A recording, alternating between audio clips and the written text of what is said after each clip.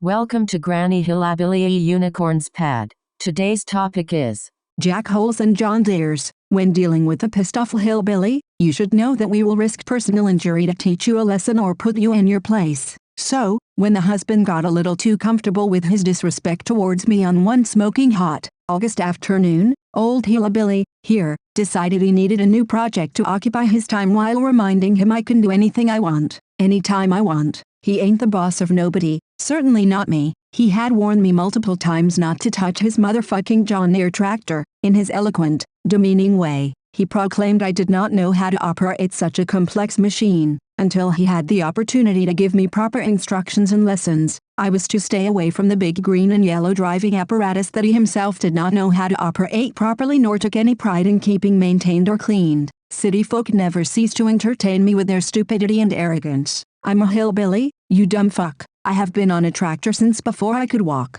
Truth be known, I would have stayed away from his precious little John Deere, that happened to be smaller than my first toy tractor that was whittled out of the finest tree by my granddaddy. But, herein lies the problem. The man is beyond lazy, has no pride in his surroundings or his belongings, and his hobbies are the only thing important to him and occupy every moment of his time. So, you can see the dilemma for me was, have an overgrown yard that surrounded our shitty little trailer screaming to the world, worthlessness lives here, while I waited for him to have an on-hobby moment.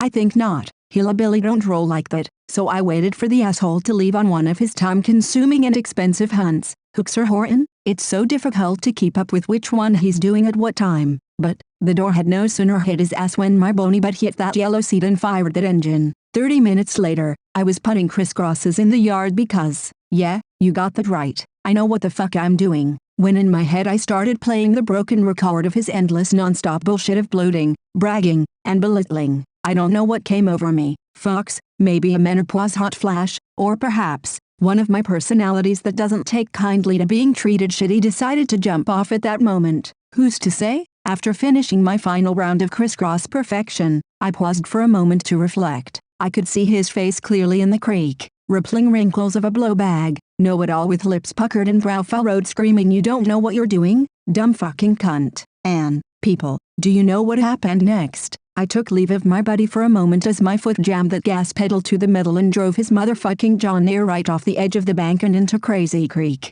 He'd forced me to move to this godforsaken banjo land, where every other day some bizarre happenings out of a Stephen King novel decimate some part of my body or world. I had had enough. The next thing I recall, I was coming up for air, as was the lawnmower, both of us adrift mid-current which would wash us right out to the ocean. I could have left it like that, let that little John Deere float right on out to sea and never thought twice about it. I could have told him it got stolen, he would have never known the difference. But, you guessed it, I don't roll that way neither. So, I lifeguard rescued Big Green and muscled it to the bank. I ran to the neighbors screaming for help. You have to realize, I realized that I had to sell the fact that this was an accident or tell him I'd done it purposely and never ever for eternity hear the end of the shit. In the moment, it was a big no thanks from me on the eternity of torture, so, I opted for accident, and with that thought I took off running down the street in one flip-flop, while screaming for help. 2 of the neighbor boys and I fished it out of the water. The hubby got home to find me and his lawnmower soaking wet and non-functional. I would remain non-functional much longer than the John Deere,